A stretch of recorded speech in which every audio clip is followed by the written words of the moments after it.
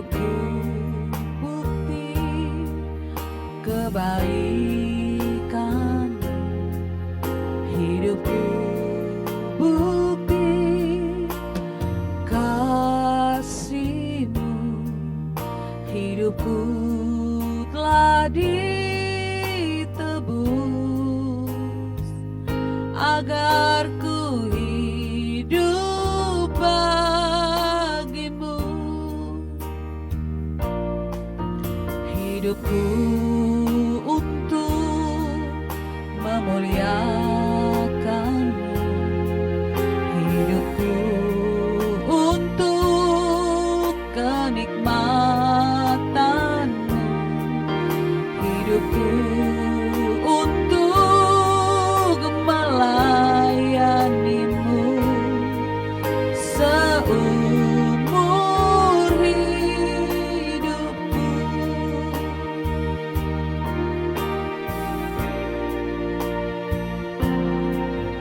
Hidupku bukti kebaikan-Mu, hidupku bukti kasih-Mu, hidupku telah ditebus agar ku hidup bagi-Mu. Hidupku untuk memuliakan-Mu, hidupku untuk kenikmatan-Mu, hidupku untuk melayani-Mu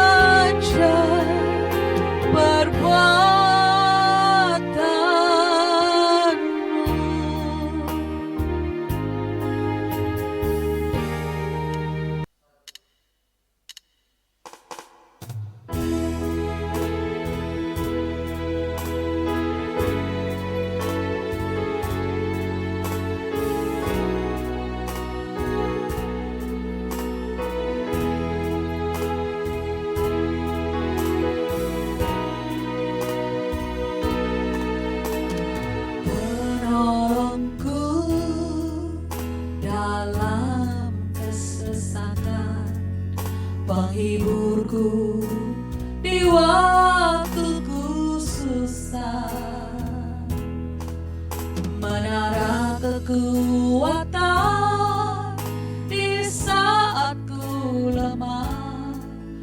Engkaulah Tuhan Yesus, penolongku dalam kesesatan, penghiburku di waktuku susah, menara kekuatan di saat ku lemah. Engkaulah Tuhan Yesus, berseru dan Kau mendengarku. Ku berharap dan Kau tak kecewakanku. Berdoa dan Kau menjawabku. Sungguh Engkau aku.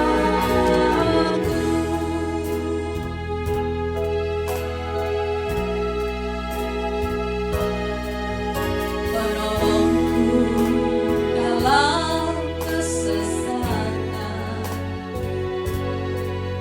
penghiburku di waktuku susah, menara kekuatan di saat ku lemah. Engkaulah Tuhan Yesus, penolongku dalam kesesatan, penghiburku di waktuku susah, menara kekuatan di saat ku lemah. Engkaulah Tuhan Yesus,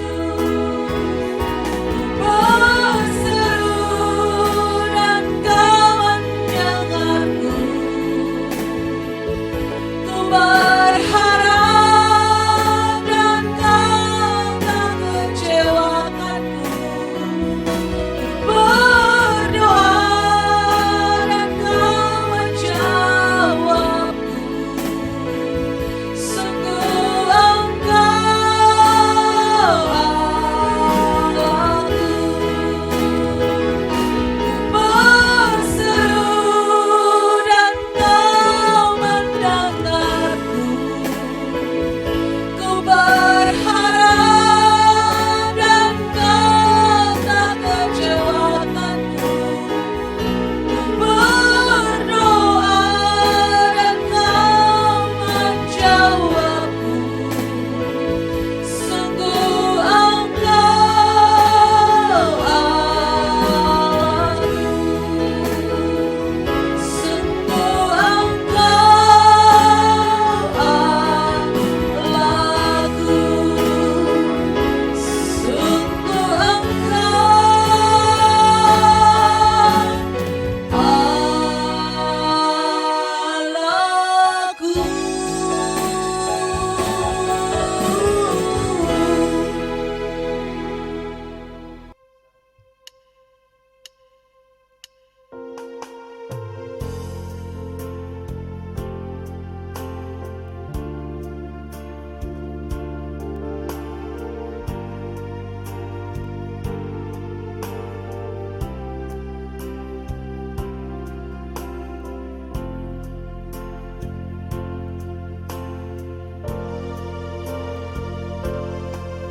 Betapa ku mencintaimu, Yesus, Kau kekasih jiwaku. Kau telah ubahkan hidupku menjadi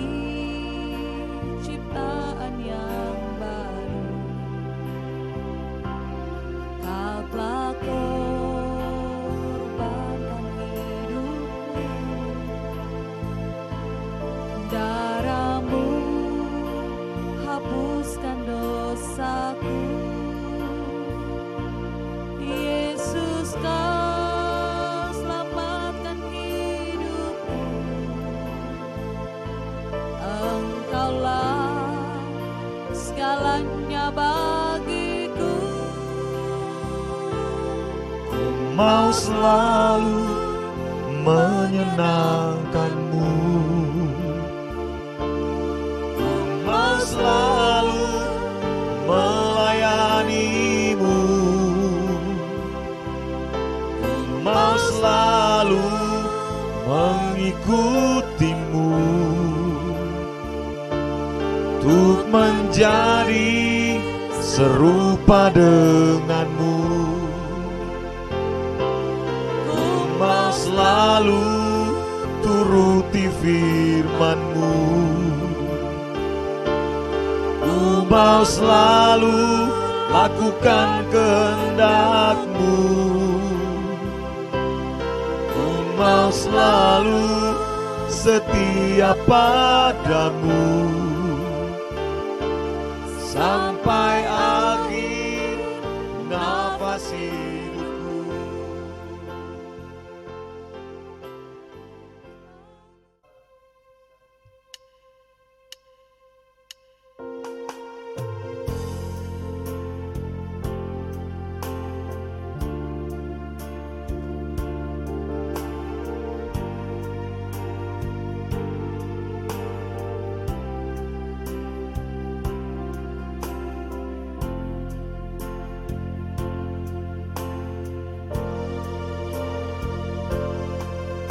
Betapa ku mencintaimu, Yesus, Kau kekasih jiwaku. Kau telah ubahkan hidupku menjadi ciptaan yang baru. Kau telah korbankan hidupmu, darah-Mu hapuskan dosaku. Yesus, Kau selamatkan hidupku. Engkaulah segalanya bagiku. Mau selalu menyenangkanmu,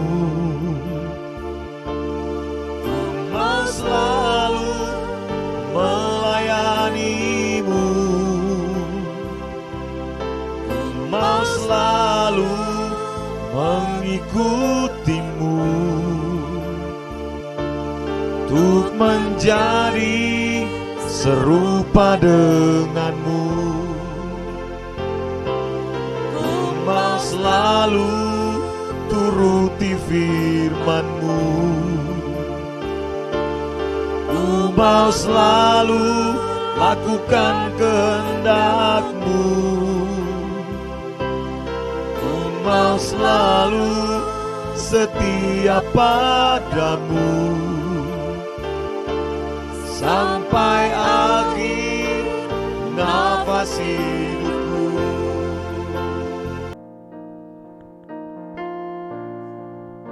Puji nama Tuhan, Shalom. Senang sekali kita masih diberi kesempatan untuk sama-sama mengikuti ibadah Exousia Bible Teaching pada sore hari ini. Baik Bapak Ibu Saudara sekalian yang mengikuti ibadah live pada hari ini dimanapun kita semua berada, mari segenap kita mempersiapkan hati kita, fokuskan pikiran kita. Kita sama-sama datang menyembah Tuhan, meninggikan nama Tuhan, bahwa kami berjalan bersama-Mu Tuhan. Terima kasih Tuhan buat kesempatan yang Kau berikan bagi kami Bapa. Kami sungguh bersyukur Tuhan. Terima kasih Tuhan.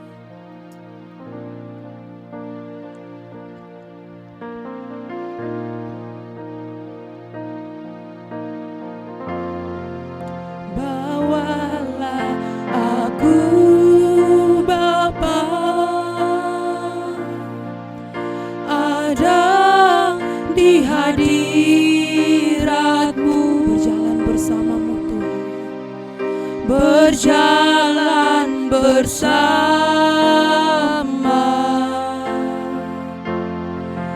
denganmu Bapa setiap waktu, setiap waktu.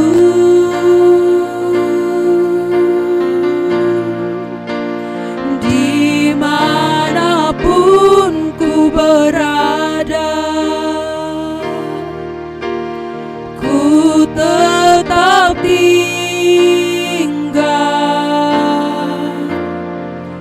di hadirat-Mu.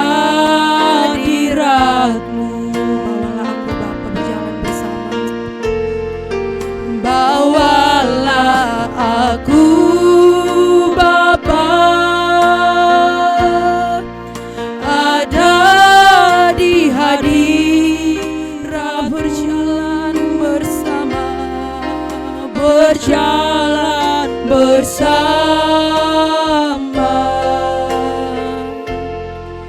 denganmu Bapa setiap waktu.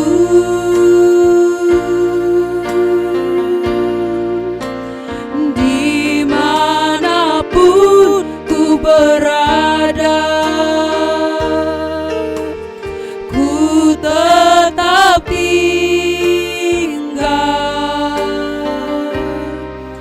di hadirat-Mu, di hadirat-Mu, di hadirat-Mu Bapa, di hadirat-Mu, di hadirat-Mu Bapa,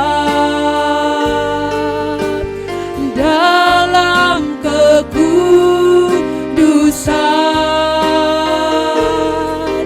kemuliaan-Mu, perkenankanku, perkenankanku Bapa, perkenankanku Bapa, selalu di hadirat-Mu setiap waktu. Mari lebih sungguh-sungguh lagi kita nyanyikan pujian ini, bahwa kami berjalan bersama-Mu Tuhan. Bawalah aku Bapa, ada di hadirat-Mu, Berjalan bersama-Mu, berjalan bersama denganmu Bapa setiap waktu.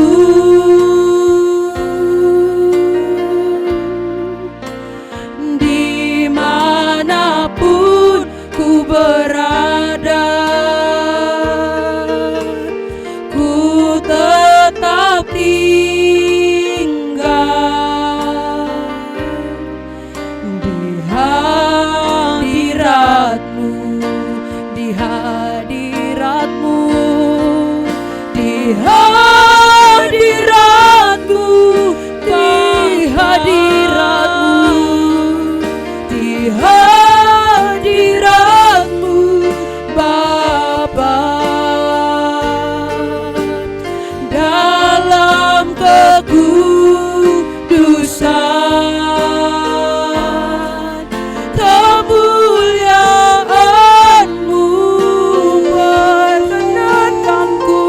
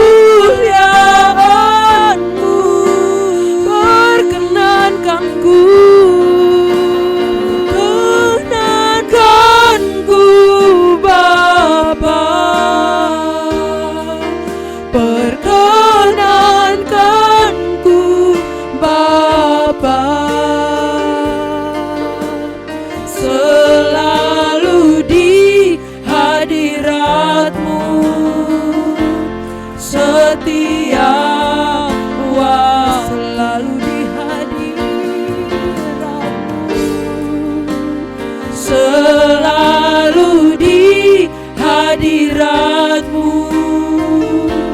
setiap waktu.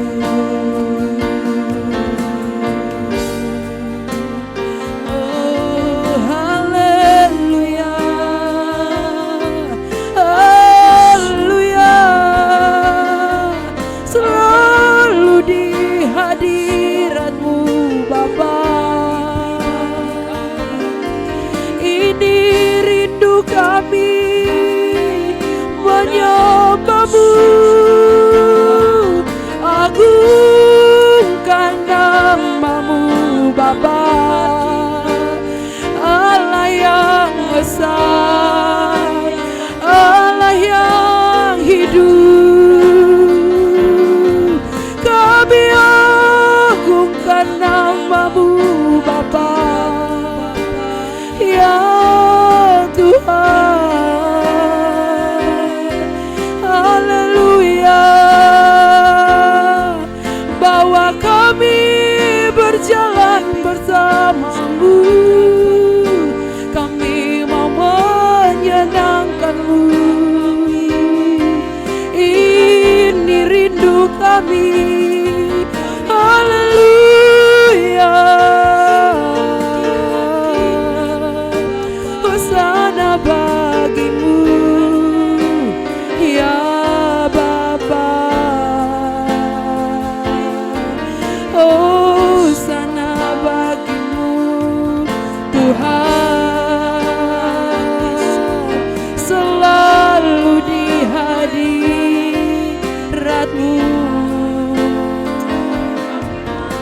Kami tinggikan, kami agungkan nama-Mu, Allah yang esa, Allah yang hidup.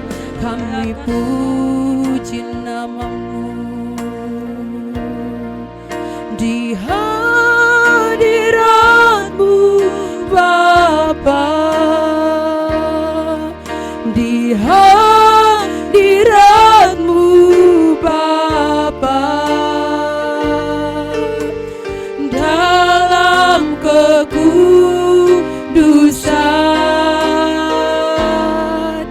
kemuliaan perkenankan kami, perkenankan-Ku Bapa, perkenankan-Ku Bapa, selalu di hadirat-Mu setiap waktu. Hadirat-Mu, di hadirat-Mu Bapa, di hadirat-Mu Bapa, dalam kekudusan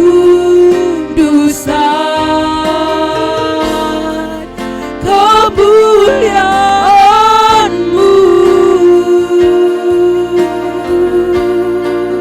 perkenankan-Ku Bapa, perkenankan-Ku Bapa, selalu di hadirat-Mu setiap waktu, selalu di hadirat-Mu, selalu di hadirat-Mu setiap waktu. Kami bersyukur Tuhan buat kesempatan yang Tuhan berikan kepada kami pada sore hari ini Tuhan. Tiba saatnya Tuhan, kami mau lebih lagi memuji meninggikan nama-Mu Bapa. Urapi setiap kami Bapa. Dalam nama Tuhan Yesus kami berdoa, haleluya, amin. Puji nama Tuhan, shalom. Mari saya undang kita semua bangkit berdiri, kita sama-sama memuji nama Tuhan. Kita mau lebih lagi jatuh cinta kepada Tuhan. pribadi yang telah menyelamatkan kita. Kita sama-sama nyanyikan pujian ini. Tiada pernah ku jumpa.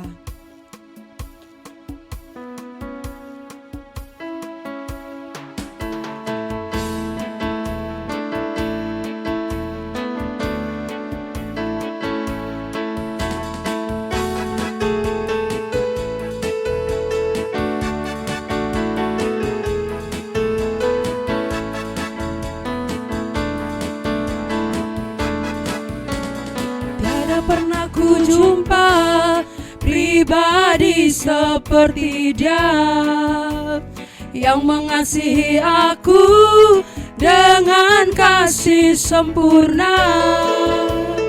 Kini hatiku telah menjadi jatuh cinta, jatuh cinta, jatuh cinta padanya. Tiada pernah ku jumpa, tiada pernah ku jumpa pribadi seperti Dia yang mengasihi aku dengan kasih sempurna. Kini hatiku telah menjadi jatuh cinta, jatuh cinta, jatuh cinta padanya. Dia mati gantikan diriku, Dia Tuhan juru selamatku, Dia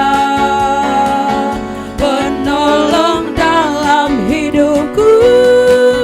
Betapa ku bersyukur. Mari sama-sama kita nyanyikan pujian ini. Tiada pernah ku jumpa, tiada pernah ku jumpa pribadi seperti Dia yang mengasihi aku dengan kasih sempurna. Kini hatiku telah menjadi jatuh cinta, jatuh cinta, jatuh cinta padanya. Dia mati gantikan diriku, Dia Tuhan juru selamatku, Dia penolong dalam hidupku. Betapa ku bersyukur Dia mati, Dia mati gantikan diriku, Dia Tuhan juru selamatku, Dia penolong dalam hidupku. Betapa ku bersyukur, betapa, betapa ku bersyukur, betapa ku bersyukur.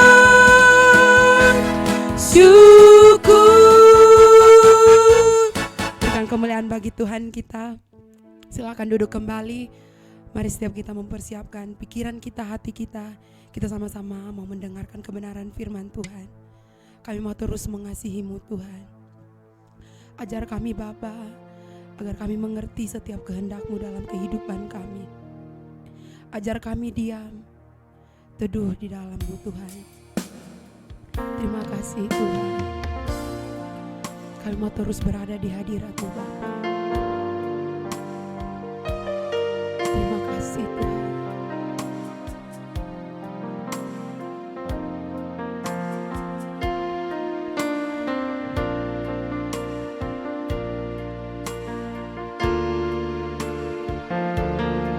Selalu di hadirat-Mu Tuhan,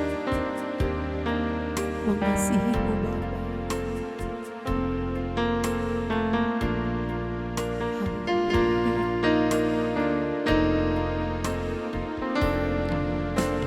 Selalu di hadirat-Mu, menghayati kekudusan-Mu. Ku gentar dan hidup tidak bercela, agar layak tinggal di dalam-Mu. Menjaga perasaan-Mu, menjaga perasaan Bapa, pelayanan yang sesungguhnya. Setiap langkah dalam hidupku sesuai pikiran, perasaan. sekali katakan selalu di hadirat-Mu.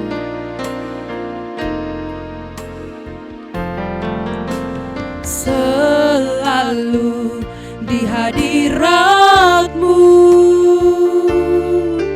menghayati kekudusan-Mu.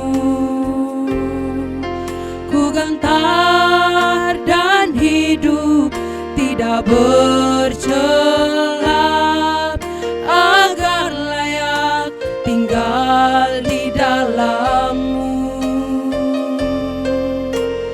Menjaga perasaan Bapa, pelayanan yang sesungguhnya. Setiap langkah dalam hidupku sesuai pikiran, perasaan-Mu. Ku mengasihi-Mu, ku menghormati-Mu. Engkau satu-satunya harta milikku, berharga di hidupku. Kau yang ku rindukan, Kau yang ku nantikan. Bila ku boleh datang memandang wajah-Mu, ku mengasihi-Mu, ku mengasihi-Mu, ku menghormati-Mu. Engkau satu-satunya harta milikku, berharga di hidupku. Ku rindukan, Kau yang ku rindukan, Kau yang ku nantikan. Bila ku boleh datang memandang wajah-Mu, ku mengasihi-Mu, ku mengasihi-Mu, hormati-Mu, ku menghormati-Mu. Engkau satu-satunya harta milikku, berharga di hidupku.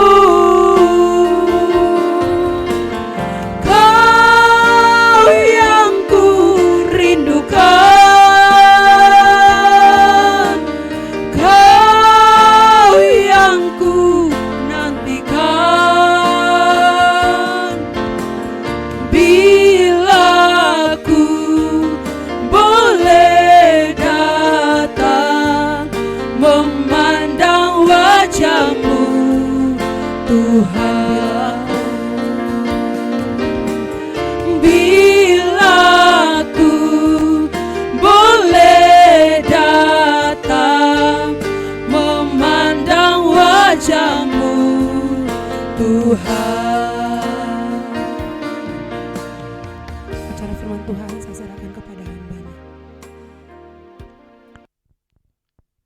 Shalom Bapak Ibu, mari kita berdoa. Bapa, dalam nama Tuhan Yesus Kristus, hari ini hamba mohon Engkau berbicara, menyampaikan isi hatimu dalam ibadah Exousia Bible Teaching. Kami sangat membutuhkan isi hati Bapa disampaikan, karena isi hatimu adalah kehidupan kami. Taruhlah pikiranmu dalam pikiranku, dan taruhlah perasaanmu dalam perasaanku Bapa.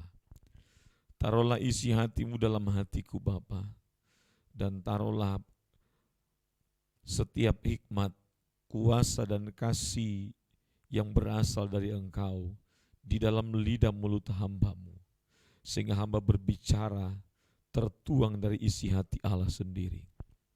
Dan kami mau menghormati dengan sungguh-sungguh isi hati Bapa disampaikan.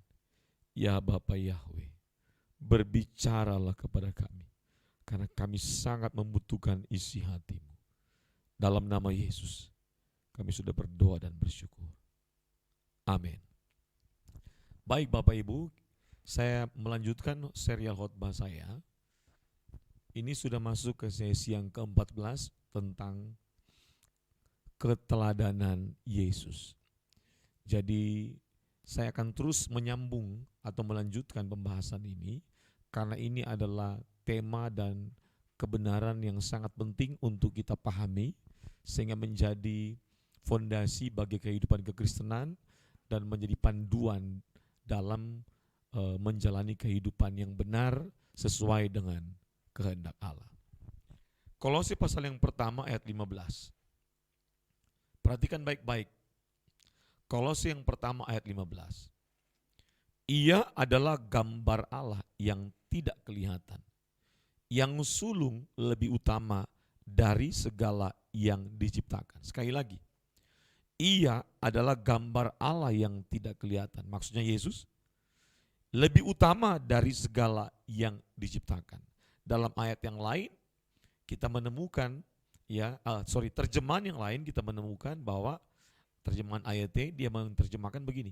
Ia adalah gambaran dari Allah yang tidak kelihatan, yang sulung atas semua ciptaan. Terjemahan lama berbunyi begini. Dan ialah yang menjadi bayang Allah yang tiada kelihatan itu, yaitu anak sulung yang terlebih dahulu daripada segala makhluk. Terjemahan bahasa Indonesia sehari-hari, Kristus adalah gambar yang nyata dari Allah yang tidak kelihatan. Ini lebih kontekstual dan sederhana bunyinya. Kristus adalah anak yang sulung, lebih utama dari segala yang diciptakan. Terjemahan TSI 2014. Kristus Yesus mencerminkan semua sifat Allah. Walaupun manusia tidak dapat melihat Allah, tetapi kita bisa mengenal Dia melalui Kristus anaknya. Kristus adalah yang terutama di atas semua yang diciptakan. Perhatikan baik-baik. Ini bagus sekali. Mengapa saya terus-menerus memberikan penjelasan berulang-ulang bahwa Yesus pantas untuk diteladani. Kepercayaan kita kepada Tuhan tidak cukup hanya sampai dipercaya dan tidak berbuat sesuatu yang dalam kehidupan kita menunjukkan, mencerminkan kehidupan Kristus. Seperti ini begini. Perhatikan baik-baik. Yesus Kristus mencerminkan kehidupan Allah Bapa. Yesus Kristus menghadirkan karakter dan sifat Allah Bapa di dalam kehidupannya selama 33,5 tahun. Kita seharusnya sebagai orang percaya yang mendapatkan kewajiban, perhatikan ya, yang mendapatkan kewajiban dalam 1 Pasal 2 ayat 6 berkata, barang siapa berkata ia ada dalam Kristus, ia wajib hidup sama seperti Kristus hidup. Berarti tidak ada kewajiban dalam kehidupan kita yang lebih daripada ini. Apa kewajibannya? Kewajibannya adalah, maksudnya kewajiban kita sebagai orang percaya, kita wajib untuk hidup sama seperti Kristus hidup. Berarti pikiran kita, perasaan kita, minggu lalu saya sudah sampaikan, tindakan kita, gaya hidup kita, perbuatan kita, apapun yang kita kerjakan, lakukan, seluruh isi kegiatan kita dan seluruh isi perjuangan kita harus dalam rangka perjuangan untuk mengikuti kehidupan Yesus yang adalah pribadi yang sesuai dengan kehendak Allah Bapa. Itu maksudnya sebenarnya. Jadi kita mencerminkan kehidupan Kristus yang sudah naik ke surga dan menyiapkan tempat bagi saya dan saudara. Karena kehidupan Kristuslah yang menjadi kehidupan yang layak menjadi model kehidupan bagi saya dan saudara. Dan ingat, kehidupan Yesus bukan cuma layak menjadi model, bukan cuma pantas menjadi teladan, tetapi kehidupan Yesus adalah obat penyembuh kehidupan yang salah, kehidupan yang jahat, kehidupan yang sakit, kehidupan yang terikat dengan dosa, kehidupan yang penuh hawa nafsu, kehidupan yang mengancam setiap orang untuk menuju kebinasaan. Kenapa? Karena telah terkena virus dosa yang merusak seluruh kehidupan manusia. Jadi tidak ada kehidupan yang bisa menjadi penyembuh bagi kehidupan manusia. Cuma satu, kehidupan yang diperagakan oleh Yesus. Kita baca di ayat yang lain. Ya, 1 Korintus pasal 15 ayat 45. Ya, kita baca. 1 Korintus pasal 15 ayat 45. Seperti ada tertulis, manusia pertama Adam menjadi makhluk yang hidup. Jadi manusia pertama Adam. Kata Alkitab dia menjadi makhluk yang hidup. Tetapi Adam yang terakhir, maksudnya Yesus, menjadi roh yang menghidupkan. Jadi ini jelas sekali. Sama-sama menjadi manusia, sama-sama diciptakan tanpa dosa. Adam diciptakan tanpa dosa, Yesus terlahir sebagai manusia tanpa dosa. Tetapi Adam menunjukkan bahwa ternyata Adam yang diciptakan tanpa dosa jatuh dalam dosa. Adam diciptakan tanpa dosa, ditaklukkan oleh dosa. Adam diciptakan tanpa dosa, ternyata terjerat dan terperangkap dengan keinginan dosa.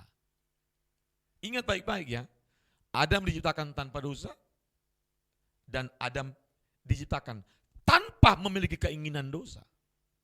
Karena keinginan yang ada dalam diri Adam itu keinginan yang berasal dari Allah, tak tercemari, keinginan yang suci, dirancang untuk melakukan hal-hal yang suci.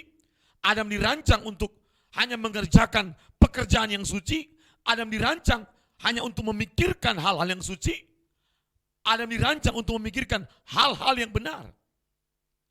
Adam dirancang untuk memperagakan sifat-sifat Allah yang tak kelihatan. Adam dirancang untuk mengekspresikan karakter Allah. Adam dirancang untuk mewakili Allah, mencerminkan kehidupan Allah, menyelenggarakan kehendak Allah, dan melaksanakan mandat yang berasal dari Allah. Tak ada kecemaran dalam penciptaan Adam. Tidak ada. Semuanya suci, semuanya kudus, karena Adam diciptakan dalam kehendak Allah. Adam diciptakan dalam kesucian Allah. Adam diciptakan dalam kekudusan Allah. Dan Adam dirancang untuk melakukan kehendak Allah dalam durasi yang tak terbatas. Artinya, kehendak Allah yang Allah install dalam diri Adam, dalam otak Adam, dalam kehidupan Adam adalah untuk melakukan kehendak Allah sampai selama-lamanya. Ini penting untuk kita pahami. Penting sekali Bapak Ibu. Nah, tetapi Alkitab membuktikan, menceritakan bahwa Adam gagal. Kenapa? Adam memberikan dirinya ditaklukkan oleh dosa. Bukan dirancang untuk jatuh. Jadi Adam tidak dirancang untuk jatuh. Adam memilih memutuskan untuk jatuh dalam dosa. Bukan karena dirancang Allah untuk jatuh dalam dosa. Beda. Ya. Tidak ada rancangan kejatuhan di dalam rancangan penciptaan Adam. Tidak ada. Yang ada adalah rancangan agar Adam kuat dan tetap eksis, konsisten melakukan kehendak Allah. Dan Adam menjadi perwakilan Allah di bumi. Adam mencerminkan kehidupan Allah. Itu harapan Allah dalam kehidupan Adam. Tetapi kita menemukan dalam Alkitab, Kejadian pasal 3, Adam jatuh dalam dosa. Dan faktor kejatuhannya berada pada keputusannya sendiri, bukan kepada intervensi Allah. Nah, Adam berdaging dan ditaklukkan dosa. Adam juga adalah manusia yang ingin menjadi Tuhan. Itu beda. Adam mengambil yang bukan miliknya. Ini bukti-bukti ya kegagalan Adam. Adam diusir dari Eden karena berdosa. Adam mewariskan dosa. Adam memberontak kepada Allah Bapa. Dan Adam mati karena jatuh dalam dosa. Bukan karena dirancang oleh Allah. Selanjutnya, Yesus sebagai Adam terakhir. Anda lihat ini. Sama-sama ya, Yesus terlahir dalam keadaan sebagai manusia dari nol. Jadi kalau misalnya, kalau Yesus dikatakan Adam terakhir, maka menurut penafsiran saya, ya boleh berbeda kita. Tapi menurut penafsiran saya, Adam tidak diciptakan dari 30 tahun seperti ada beberapa penafsir ya. Saya memilih Adam diciptakan dari bayi. Dalam tesis saya menuliskan, siapakah orang tua pertama Adam, siapakah guru pertama Adam? Allah sendiri yang mengajarkan dia. Karena tatanannya adalah, kalau manusia maka harus melewati proses kemanusiaan dari angka 1 sampai angka terakhir. Kalau proses kemanusiaan itu A sampai Z, maka dari A sampai Z harus dia lewati. Tidak bisa di skip. Kalau dia di skip, lahir langsung, diciptakan langsung 30 tahun, maka ada namanya lompatan-lompatan proses kemanusiaan yang tidak dijalani oleh Adam, dan dia tidak bisa dikatakan sebagai manusia yang 100% manusia. Nah, itu kita tidak usah bahas ya. Nah, Yesus Adam terakhir. Lahir sebagai manusia tanpa dosa juga, ya, tak ada cacat. Sebagai manusia, maka syaratnya harus berdaging, bertulang, berdarah.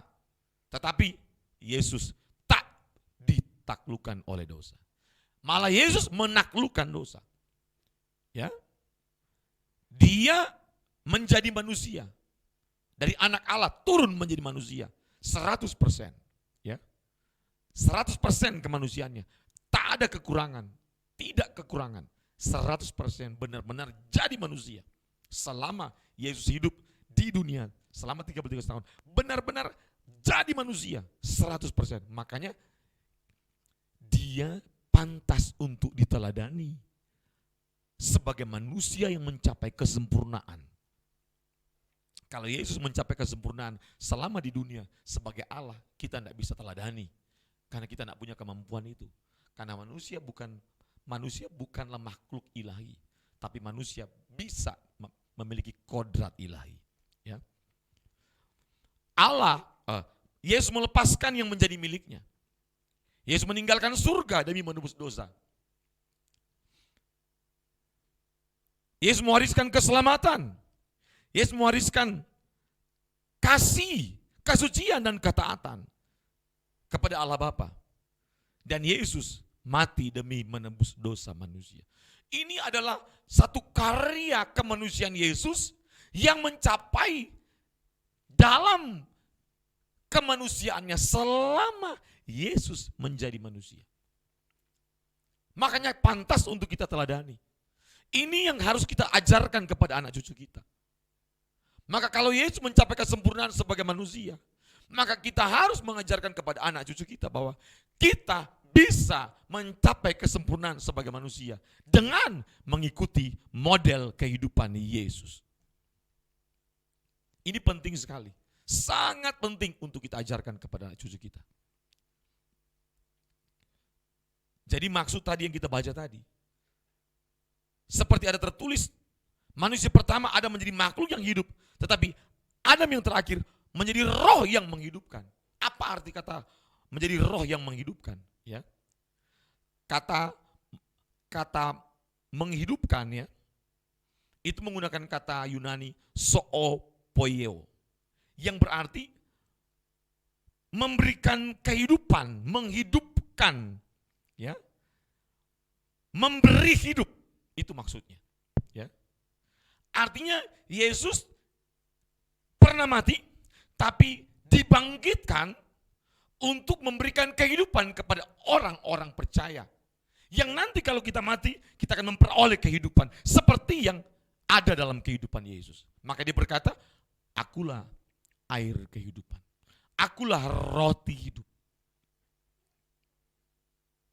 Jadi ketika kita diminta untuk hidup meneladani kehidupan Yesus, itu sebenarnya bukan kewajiban. Saya ulang-ulang ngomong, bukan tuntutan. Jangan disetting di program dalam pikiran kita, wah ini kewajiban, tuntutan, jadi susah jadi orang Kristen.